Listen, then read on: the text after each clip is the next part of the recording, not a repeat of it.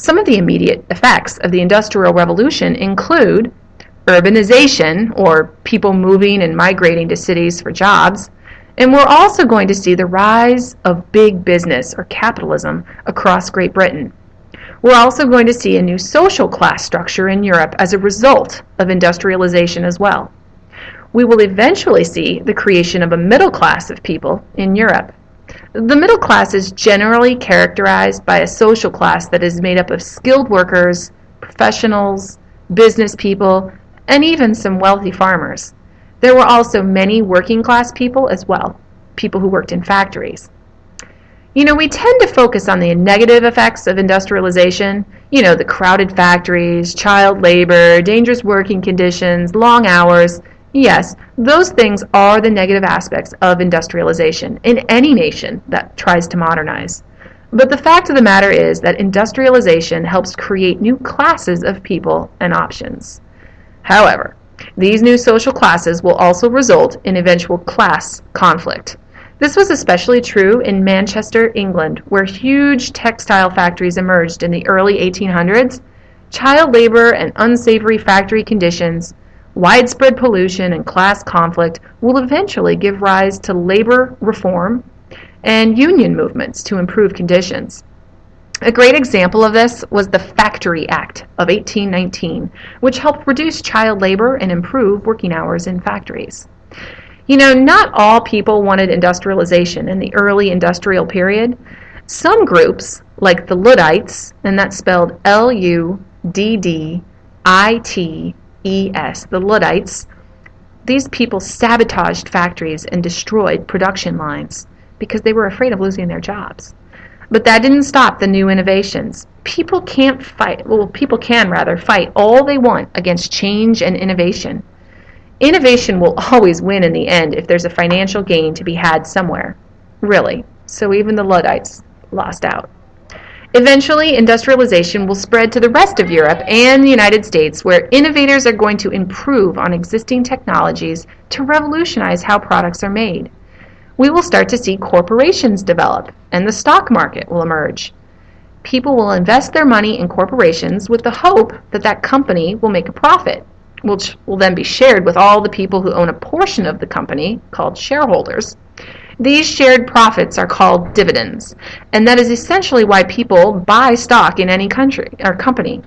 Industrialization in the world will result in mass competition amongst countries for land, power, and resources.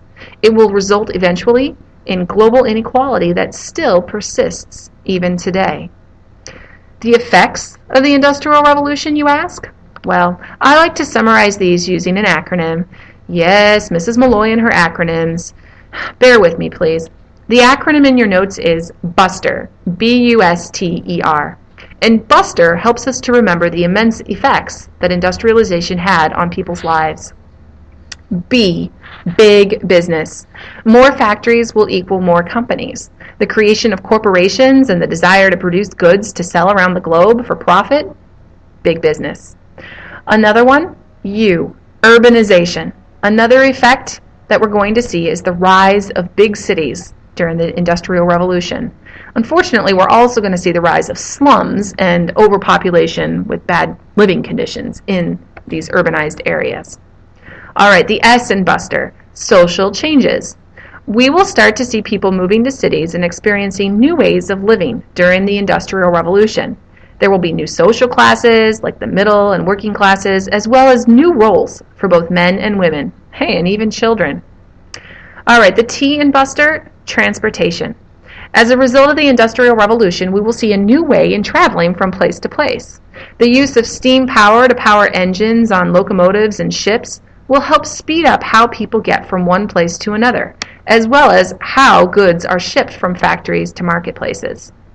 All right, the E in Buster, economic systems. The entrepreneurial spirit will result in new economic ideas like capitalism and socialism. Laissez-faire capitalism was first inspired by Adam Smith from Scotland, and we learned about this last unit. He believed governments should stay out of business.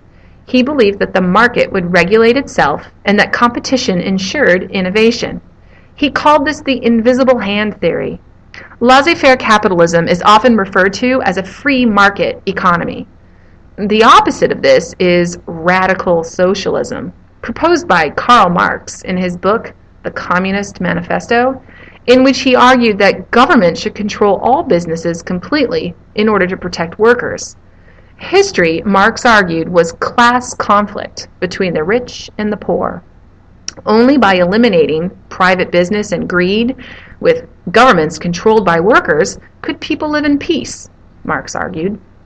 A government that uses Marxist socialism is often called communist, or said to have a command economy, in which the government or central planning committee makes all of the economic decisions.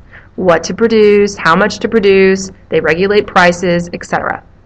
Marxist socialism is often referred to, yes, as communism. It is the most extreme type of socialism. Please remember that socialism is simply any action by a government to use government resources to pay for social services. All countries of the world practice various forms of socialism.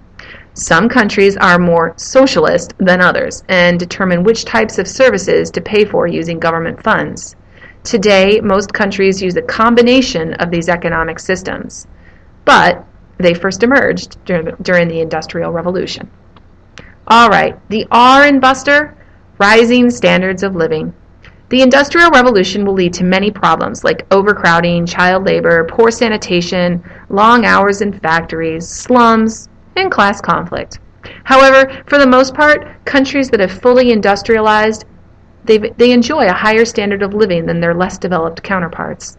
The Industrial Revolution will result eventually in the passage of laws and reforms to improve people's lives. Many countries today are still undergoing industrialization. In places like Bangladesh, where the recent tragedy at the overcrowded and poorly maintained garment factory resulted in hundreds of people losing their lives, they're going to see quite a few changes, I'm sure. Most likely this tragedy will result in a demand for government and industrial reform. Remember last unit when I talked about all the revolutions happening across Europe post-Napoleon? Well, many of these revolutions resulted from people being really unhappy with conservative governments and rule by monarchs. You know, one country that experienced quite a bit of revolutionary stuff during the mid-1800s due to industrialization was Ireland. England expanded its growing world influence into Ireland starting in the 1100s. And bear with me because this does have a lot to do with the Industrial Revolution.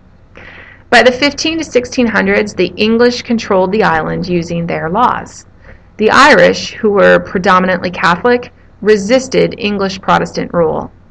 Ireland officially became part of Great Britain in 1801. And the Irish, for the most part, were not happy about this.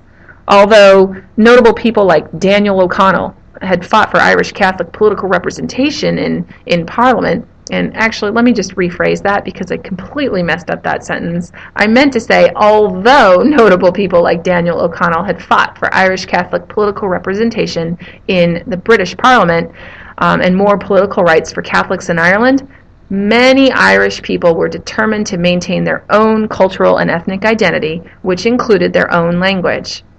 This was really evident during the Industrial Revolution in Ireland, and here's the connection with the Industrial Revolution.